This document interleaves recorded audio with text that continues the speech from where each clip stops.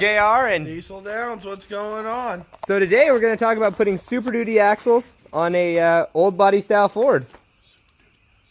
Super Duty axles. Alright, so the first thing is you're going to want to start by getting an RSK. This is from PMF right here. I went with the non-coated one because I wanted to get it a little bit faster. It's about 2 weeks to get it if you want it powder coated, but I'd suggest either plan on painting it or get it powder coated. Powder coat is probably worth the price. I'll tell you that right now. When you're installing this, these frames are horrible. So you're probably going to want to run a ratchet strap from this hole right here on the frame behind the mount right there, all the way underneath. Be careful of your radiator, to the same hole on this side, and you can wrench that ratchet strap down and pull the frame together, and that makes this so much easier. For steering, I'm waiting to get my steering kit for this guy, but it'll go right back to your factory pitman arm, which is right here. And depending on how big you go, you might need to get a drop one. It's just going to depend on what springs you end up going with and what RSK. This is the 2.5-inch stock RSK with Pro Comp springs. They're advertised as a 2-inch lift spring for a new body style Super Duty, but it ends up being about 4 inches or so on this, on top of the 2.5 you're going to get from the RSK. So kind of be aware of that. They're going to sag a little bit. This truck sits a little bit high in the front, but I think it's got a little bit of the Cali lean. It's got the Cali rig, Cali lean. Carolina squat, whatever you guys call it, whatever you guys want to call it, that's what we got. We're from Cali, so we got the Cali lean going on. Yeah, it'll probably be closer to flat, but it's never going to be exactly flat. You can always go an inch bigger in the back. I went with a 5-inch lift block in the back. We'll go to that next. And you will have to have your drive shafts fixed as well. You will have to lengthen the front one at least 2.5 to 3 inches in the front. Let's go here. So the first thing, let's start with the brakes. I thought I was going to get away with the factory brake lines, but if you go down here, you can see it's not even close. It's not even going to come close to touching. So you're going to have to get something like this. I got this from Amazon. It's Skyjacker brand. There's a part number on there somewhere, I think. Anyways, those will give you an extra couple inches. I think they're advertised for like a 4 to 6 inch lift.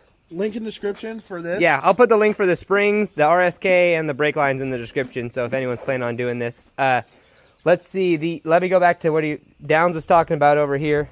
The drive shaft is going to be significantly too short in the front with how I'm sitting. You can kind of see that that's at least 3 inches right there. So the front, you're probably not going to be able to get away from having to lengthen, just because it's so short anyways that if you increase the height a little bit, it's going to increase the length right there a lot.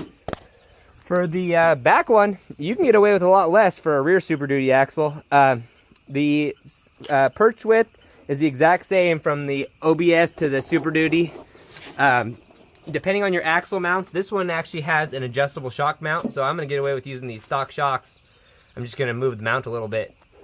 These are from Amazon too, these lift blocks. Nothing's tight yet, so don't worry that the U-bolt's not exactly straight, but they're from Amazon. I went with a 5-inch. The stock on a F250 is a 1-inch, and I think the stock on a F350 is 4-inch or something around there.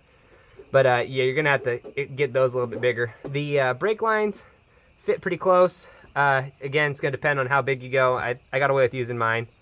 The speed sensor is the same, which is right here on top of the axle. You can see it right up there. That's the speed sensor. That will just directly plug back in.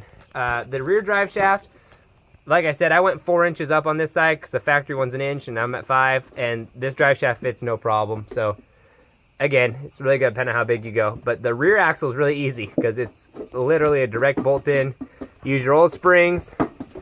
Possibly, you know, if you want it to look good, you're going to want to change these lift blocks, but you should be good to go with pretty much everything. Again, if your shock mounts on the axles are welded on or they're not, I mean, I don't even know what this axle came off of. I got it from a guy who had it for a crawler, but if they're welded on, you probably got to change your shock length. If you go up 3 inches, you got to get 3-inch longer shocks. The lug pattern on these guys, 8x170. If you're using factory Ford wheels, which a lot of the times look like these guys right here, then you're gonna have to get the lug nuts that go with them, and they're pretty expensive. Most of the aftermarket lug nuts have a 60-degree conical little end on them, and that doesn't work good on how these sit flush. So this 99 through 03 uses a different pitch lug nut than everything else. So, you know, do your research. If you run your axle code, there's a lot of pages online that will tell you, you know, what you need to run and give you the right idea there. But it's all going to depend on what axles you got, front and rear. And, yeah. So, I think that's it for this episode. And if you want to be baller, make sure you get the 22s. Make sure you go with some 22s on your rig. I mean, 20 inches okay, we'll let it slide, but if you want to be big time baller, 22s. 22s on 37s. All the way. Yeah, you know, everyone likes that look of the tire just, you know, riding a little bit outside. Not too much, but baby poke. Baby poke. But it rides nice. Baby poke. But hey, stay tuned for more episodes.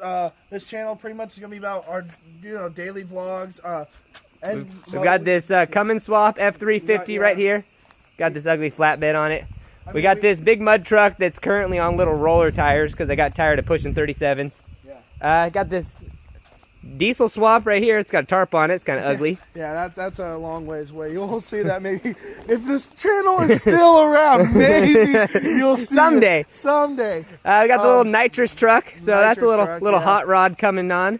And then way over there, we've got a 68 pickup. But yeah, we got a drag strip. You guys can see us when we go drag racing. We just do, you know, just pretty much take it through our daily lives and what we budget hot rodding. Budget hot rodding. So if you guys are into like garage builds, you're looking for something to do, maybe some how-to videos. If you're a little low on cash like us, so we'll show you guys pretty much how we do things, how to get around things, how pretty much we can do it on a budget. So, you know, we got all these other people that have sponsors, which hopefully hit us up. We'll take sponsors. Not saying we don't want them. Send them our way. But, I mean, we're more about the kind of like budget, kind of like DIY, man. DIY, how am I going to build it? How am I going to want to do a project, but I don't have all this money? Like, you're flipping burgers at McDonald's, but you want to build yourself a badass car.